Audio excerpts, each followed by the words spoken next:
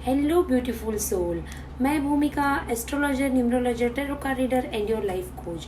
Recce की series को आगे बढ़ाते हुए हम हमारी नेक्स्ट स्लाइड में देखेंगे रेकी का जापानीज मीनिंग क्या है। रेकी एक जापानी शब्द है जो कांजी भाषा है, जो पिक्टोग्राफी यानी चित्रों जैसी भाषा जिसमें शब्दों को चित्रों में दर्शाया जाता है, अलग अलग लाइनों से इन चित्रों को बनाते हैं और शब्दों को दर्शाया जाता है। ये दिव्य ऊर्जा इतनी ज़्यादा है ब्रह्मांड में, चाहे आप कितना भी इसे यूज़ कर लो, इसमें कभी कमी नहीं आती। जब ये ऊर्जा का बहाव हमारे शरीर में अच्छा रहता है तो आपका जीवन बहुत अच्छा रहता है। चलिए मैं आपको समझाती हूँ वैज्ञानिक संदर्भ में। देखें कि ऊर्जा के बारे में क्या कहा गया है।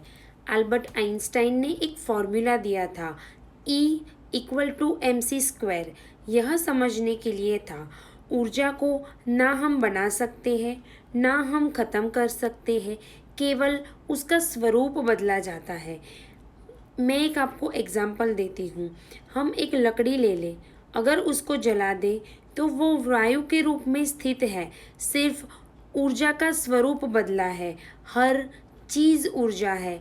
जैसे हमारे भगवत गीता में भगवान श्री कृष्ण ने कहा है हर चीज़ ऊर्जा है। उसको वहाँ पे आत्मा का नाम, सोल का नाम दिया गया है कि ना आप आत्मा को भिगा सकते हैं, ना सुखा सकते हैं, ना जला सकते हैं।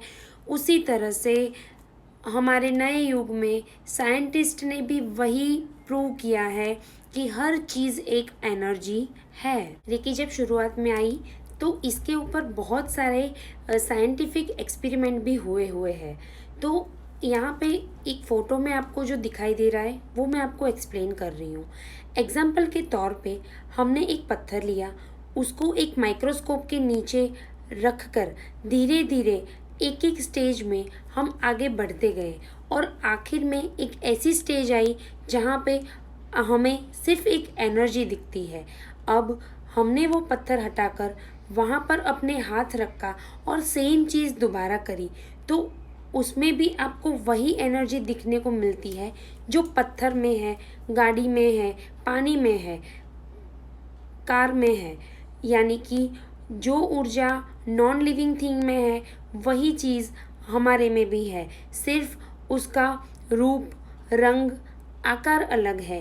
पूरी सृष्टि पूरी सृष्टि एक ही ऊर्जा से बनी है। अब हम चलते हैं हमारे वेद काल की तरफ। हमारे वेदों में कहा है पूरा ब्रह्मांड शिव और शक्ति से बना है, जिनमें कहते हैं यिंग यांग एनर्जी, यानी कि जो भी है सब कुछ ऊर्जा ही है और वही ऊर्जा पूरे ब्रह्मांड को बैलेंस करती है। हमारे और पत्थर के बीच में एक फ़र्क है।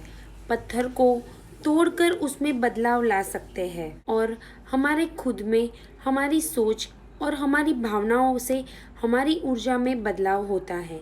इस फोटो में आप देखेंगे कि अगर हम नेगेटिव सोचते हैं या नेगेटिव भाव हमारे मन में रखते हैं तो हमारा ऑरा कितना टेढ़ा मेढ़ा है।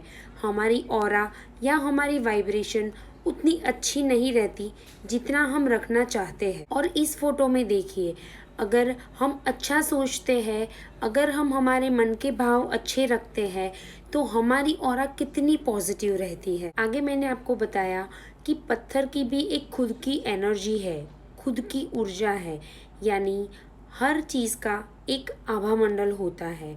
तो मैं आपको ये बताना यहाँ चाहती हूँ कि जैसे हम कहीं पे गए घूमने के लिए, जैसे जंगल में, पहाड़ों में या कहीं खंडेर में, तो कभी कभी ऐसा हमें फील होता है कि जैसे कहीं पे घूम के आने के बाद हम बीमार हो जाते हैं। तो उसका मतलब ये है कि वहाँ जहाँ पर हम गए थे उस जगह की वाइब्रेशन, फ्रीक्वेंसी उतनी अच्छी नहीं होती है और उसका असर हमारे आभामंडल पर पड़ा है, इसीलिए हम बीमार हो जाते हैं। या ऐसी जगह पे घूम के आने के बाद हम थोड़ा अच्छा फील नहीं करते हैं। तो मेरे कहने का सिर्फ ये एक ही मतलब था। और पुराने ज़मानों में हमारे दादा दादी सब लोग बोलते थे शुभ शुभ बोलो, तो उसका मतलब ये होता है कि अगर हम जैसा सोचते हैं, जैसा बोलते हैं, वैसा ही हमारे साथ होता है।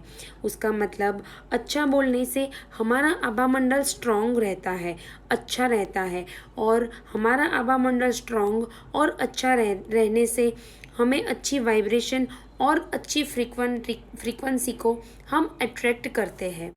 तो इसमें हमने देखा कि एनर्जी क्या है, एनर्जी कैसी होती है, वाइब्रेशन और फ्रीक्वेंसी का क्या इम्पोर्टेंस है हमारी लाइफ में।